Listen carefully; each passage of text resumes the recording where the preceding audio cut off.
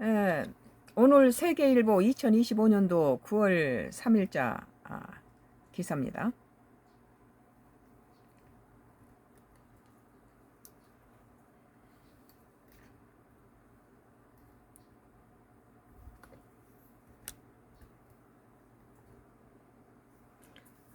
푸틴은 최악의 전범. 2025년도 9월 3일자 기사. 푸틴은 최악의 전범. 유럽 대세 공세 최고조. 유럽이 이제 전부 푸틴을 공격하고 있네요. 우크라이나를 비롯해서 유럽이 블라디미르 푸틴 러시아 대통령에 대한 공세를 최고조로 끌어올리고 있다. RBC 우크라이나에 따르면은 프리디히 메르츠 독일 총리는 2일 현재 시간 세트1 TV 인터뷰에서 푸틴 대통령은 아마도 우리 시대 가장 심각한 전범일 것이라고 말했습니다. 그러면서 우리는 전범들을 어떻게 다룰지 명확하게 해야 할 의무가 있다. 여기에 관용이 있을 여지가 없다고 강조했습니다. 외신을 종합하면 메르츠 총리가 러시아를 겨냥해 전쟁 범죄 민간인 테러 대상 민간인 테러 대상을 노트북을 장착해야 되겠죠. 여기 와서 이거 좀 만져봐요. 뭐가 또 딴 게 나와버리네. 아, 됐다. 됐어요. 자판기 괜찮아.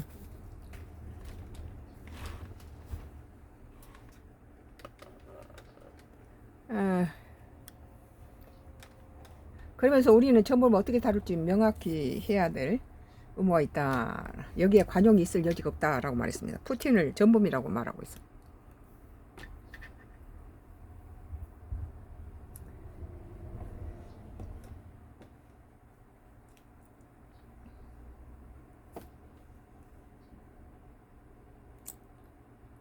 외신을 종합하면 메르츠 총리가 러시아를 겨냥해 전쟁 범죄의 민간인 대상 테러 등의 표현을 쓴 적이 있지만 푸틴 대통령을 전범이라고 직격한 것은 이번이 처음이다.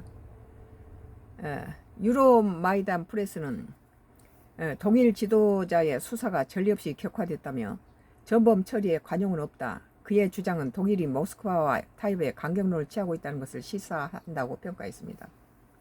독일이 푸틴에 대해서 강력하게 전범으로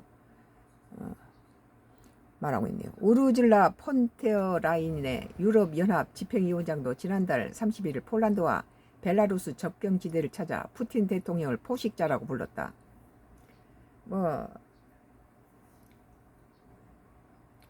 폰테어라인의 위원장은 그는 변하지 않았고 앞으로도 바뀌지 않을 것이라며 강력한 억지력을 통해서만 그를 견제할 수 있다고 대러시아 강경 대응을 강조했다.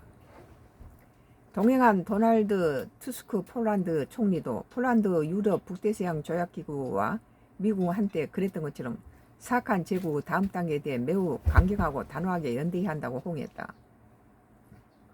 마르크 리터 나토 사무총장은 2일 런던에 살던 탈린 러시아 접경국 에스토니아 수도에 살던 우리는 지금 모든 동부전선에 있다며 대륙 전체가 러시아의 직접적 위협을 받고 있다고 말했습니다. 러시아가 땅이 크다 보니까 유럽의 여러 나라가 다 러시아의 접경에 경계선에 있고, 그리고 또 이제 러시아 역시 나토국에 전부 뺑 둘러 있어서 이런 둘러 있다는 그런 압박감을 느끼죠. 이어 지난달 31일 폰테리어 라인의 위원장 탑승 항공기가 불상의 전파 교란 공격을 받은 것이 러시아 소행으로 의심된다며 이 문제를 매우 심각하게 받아들이고 있다고 강조했다. 한편 중국을 방문 중인 푸틴 대통령은 2일 베이징에서 로베르츠 파초 슬로바키아 총리를 만나 나토의 동진이 우크라이나 전쟁의 배경이며 미국과 우크라이나 안보 보장 협의를 이어가겠다는 입장을 재확인했다. 푸틴은 남하 정책과 지금까지 계속 이것들이 충돌을 일으켰죠. 사용할 수 없는 동토를 가진 이 러시아는 구소련에서부터 남하 정책으로 남쪽으로 침략을 해갔죠. 더군다나 이 흑해 마지막 얼지 않은 흑해 그 주변을 통해서 러시아 그 함정이 그 흑해 얼지 않은 땅에 주둔해 있는 것을 우크라이나가 자기 땅이니까 나가달라 하면서 모든 러시아의 주변에 있는 해안들은 전부 다 얼어요. 그래서 그나마 흑해 그쪽에 그러니까 지금 돈바스를 고집하고 있는데 이것들을 절대 못 내준다. 우크라이나가 이렇게 얘기를 하고 있죠. 돈바스를 내줘버리면 이게 우크라이나의 모든 걸 뺏긴다. 그것으로 침략해서 모든 것들이 다 무너진다. 이렇게 말하고 있죠. 그런데 이제 우리 입장에서는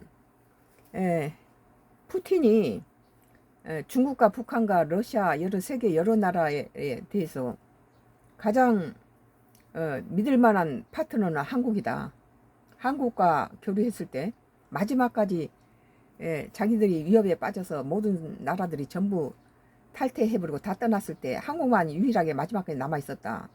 그러니까 한국이 믿을 수 있는 그런 대상이고 자기들이 원하는 것들이 한국에 있고 한국은 또 뭐 한국 자동차라든지 여러 가지 제품들이 한국의 전자제품 이런 것들이 러시아가 원하는 것들 다 우리 한국에 있고 한국이 원하는 기름, 오일 이런 뭐 첨단 정보 기술 이런 것도 러시아에 있다. 그래서 러시아 푸틴은 최고의 파트너로서는 한국을 지목했어요. 그리고 또 한국에 대해서 배반하지 않는 국가다 이렇게 마지막 다들 상황이 어려워지면서 전부 발백에 분주했을 때 한국은 끝까지 남아있던 나라다. 그래서 한국은 신뢰할 수 있고 서로 러시아가 갖고 있지 않는 것을 한국이 갖고 있고 한국이 요구하는 그 원유나 뭐 여러 가지 정보 기술을 러시아가 갖고 있다. 그래서 푸틴이 오히려 중국이나 뭐 북한이나 뭐 다른 유럽 여러 나라들 중에서 가장 한국이 신뢰할 수 있는 나라다. 마지막까지 배반하고 떠나지 않았다. 그렇게 말하는 거 보면 우리 기업들이 뭐 중국에서 뭐 퇴출시킬 때도 마지막 중국인들에게 뭐 다 월급을 주고 뭐 2달, 석 달치 월급까지 더 주면서 마지막 끝마무리를 잘하고 와서 우리나라 기업들이 윤리적으로 다른 사람들 일본이라든지 다른 나라들은 전부 짐 싸가지고 재빨리 몸을 이득에 따라서 하는데 한국은 끝까지 남아 있었던 나라다. 그래서 한국이 성실하고 또 믿을 만한 신뢰가 있는 나라다. 그리고 푸틴은 말하고 있어요. 그리고 우리 보면은 지금 한반도는 5천년 역사에서 러시아나 중국하고 우리 한국은 지금까지 멀쩡히 잘 지냈어요. 뭐 미국이 이 동북아시아 이쪽에 뭐 이 중국이란 그때 당시는 중국은 아니었죠. 소련이 그 힘 자랑을 하기 위해서 우리 한반도를 놓고 대리전을 치른 거죠. 그렇지만 지금 북한을 보세요. 중국과 러시아와 그 조그만한 반도박난 김정은과 같이 셋이 다 한 편 먹고 그렇게 뭐 러시아라든지 중국이 북한을 잡아먹거나 그러지 않잖아요. 다 좋은 관계를 유지해요. 오히려 그 지금 한국하고 미국은 비겁거리고 좋지 않고 그런데 우리 한국 입장에서는 세계 평화의 경찰 노릇을 했던 미국이 이 해군력이 약화돼서 지금 14위로 밀려나고 뭐 공군이야 세계 1위지만 그리고 1위가 세계 1위가 중국한테 뺏겼어요. 그리고 2위가 한국이에요.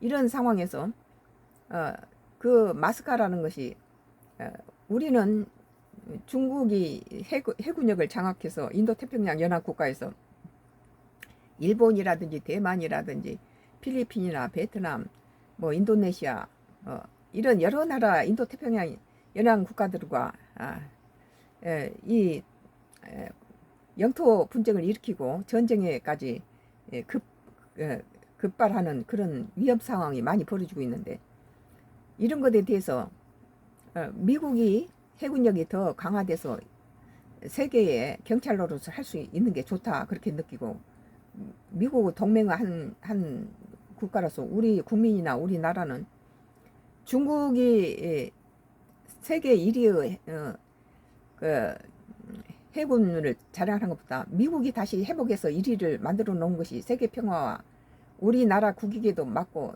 더군다나 미국 국익에는 더욱 맞다.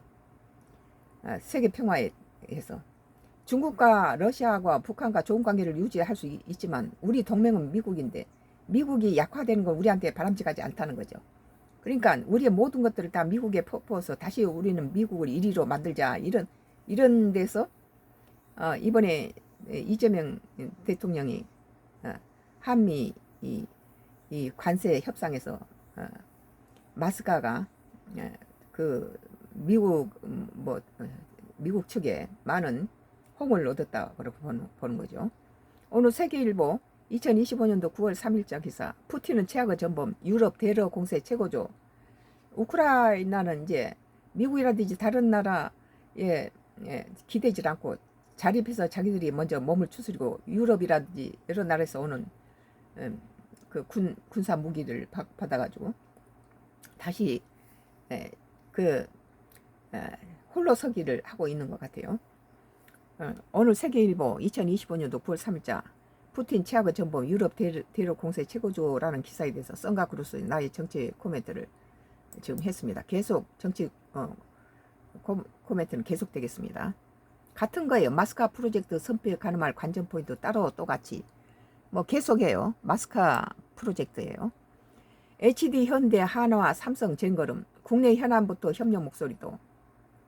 이제 미국 측에서는 관세를 낮추기 위해서 한국의 쇼 아니냐 이제 이렇게 볼 수도 있고, 그렇죠. 한미 조선 협력 사업인 마스카, 미국 조선을 다시 위대하게 프로젝트가 번개되어 오른 상황에서 국내 업체가 쟁걸음을 걷고 있다.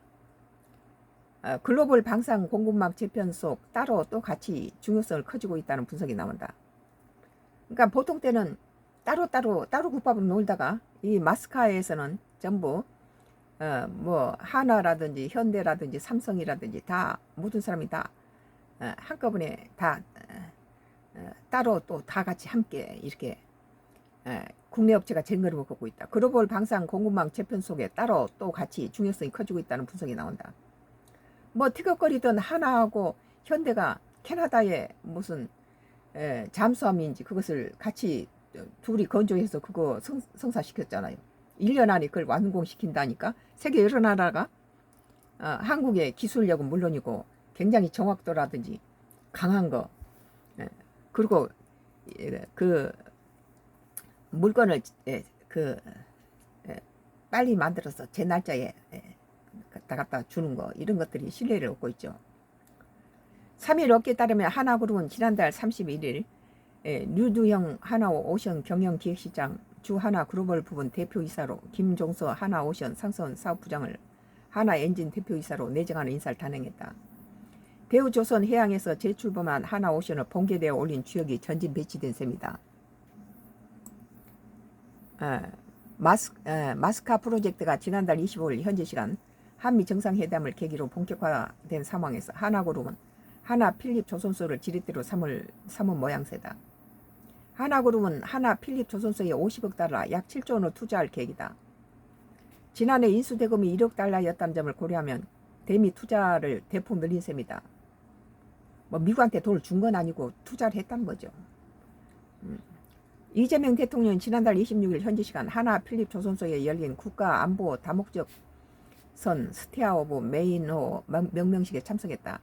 스테이트 오브 메인호는 한국 D색이 설계와 기자재 공급을 맡고 미 조선소가 인력과 시설을 제공해 공동으로 완성된 첫 사례다.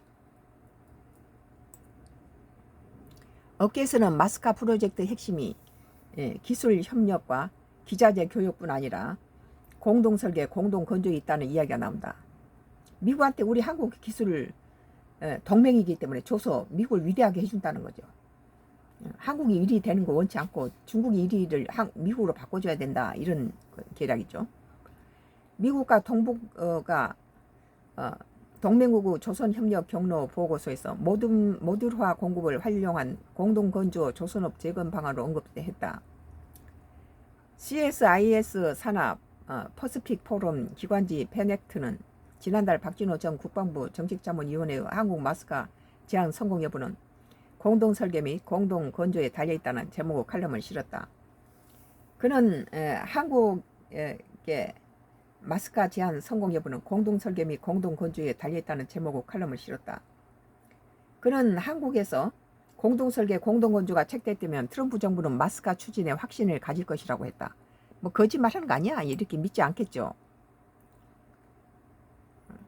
HD 현대는 사업 재편을 통해 마스카 프로젝트 본격화에 속도를 내고 있다. HD 한국조선해양 계열 HD 현대중공업과 HD 현대미포조선을 합병하고 싱가포르에 법인을 설립해 해외 사업 컨트롤 타워 역할을 맡게 할 방침이다. 방산의 방점을 찍었다는 평가가 있다. HD 현대는 현지 조선소 인수 현대화도 추진한다. 공급망 강화를 위한 기자재 업체 투자, 자율 운항, 인공지능 등 첨단 조선 기술 개발에도 속도를 낼 예정이다. 투자는 미국 서버러스 캐피탈과 한국산업은행 등과 손잡고 진행하기로 했다. 이는 HD 현대와 서버러스가 펀드를 조성하는 방식으로 진행된다. HD 현대가 앵커 투자자 역할을 하는 동시에 조선 해양 분야에서 축적한 전문성을 바탕으로 투자 대상 타당성과 경쟁력을 검토하는 기술 자문사 역할을 한다. 서버러스는 투자 프로그램을 운영하게 된다.